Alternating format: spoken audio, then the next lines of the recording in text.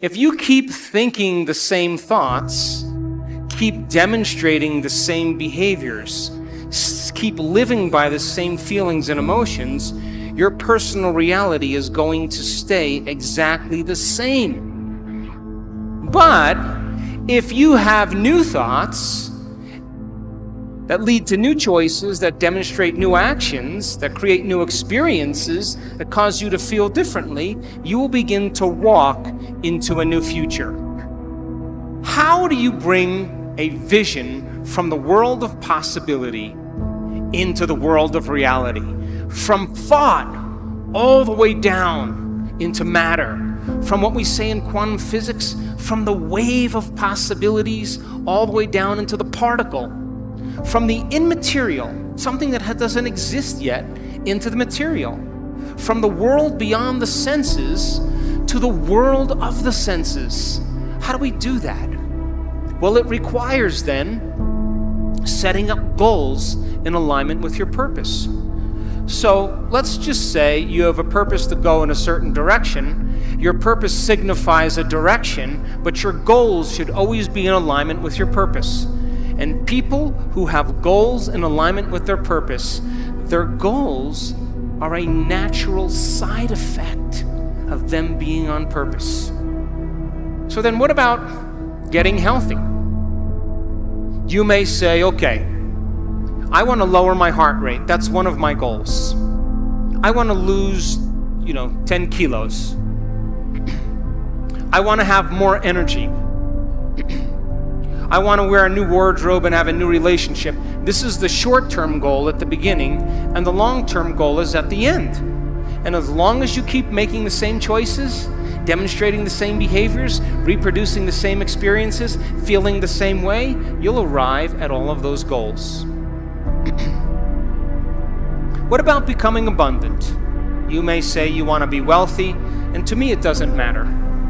Wealth is a state of mind. You may want to start a new business. Once you start that new business, you may want to hire 2 new staff employees in 6 months. Then you may say you want to buy a company vehicle. And of course, then the next one is buy a new house. And then ultimately what? Make $1 million? Why not? If that's your goal, to reflect your purpose, then you should arrive at it. Are you still with me? How about learning knowledge? Is there ever an end to knowledge? You may want to get an associate's degree. And then you may want to get a bachelor's degree. And then you may want to get a master's degree. You may want to get a doctorate degree. And then you may want to finally do research.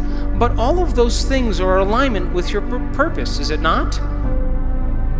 Now, I want you to understand that there is a very specific formula for excellence. And the formula requires a person who has a clear purpose. But there are 2 other ingredients that put this together. The first thing is called competence. You know what competence is?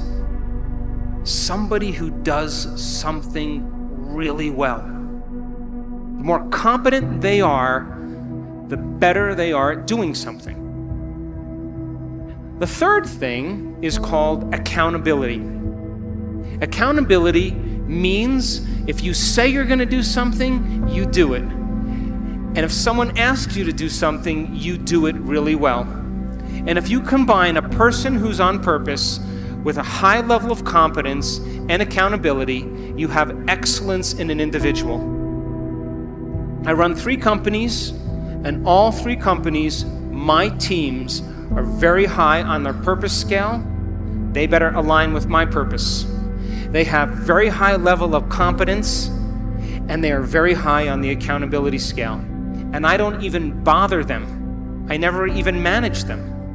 Because if they're not competent, accountable, and on purpose, they're going to stand out with the rest of the culture, and other people are going to be doing their job, and they are not going to keep up. And I say to my staff, I run an Olympic level team. You have to be able to play at an Olympic level. If you can't be competent and accountable on purpose, there's nothing personal. We just have to cut you because we're moving at a fast pace.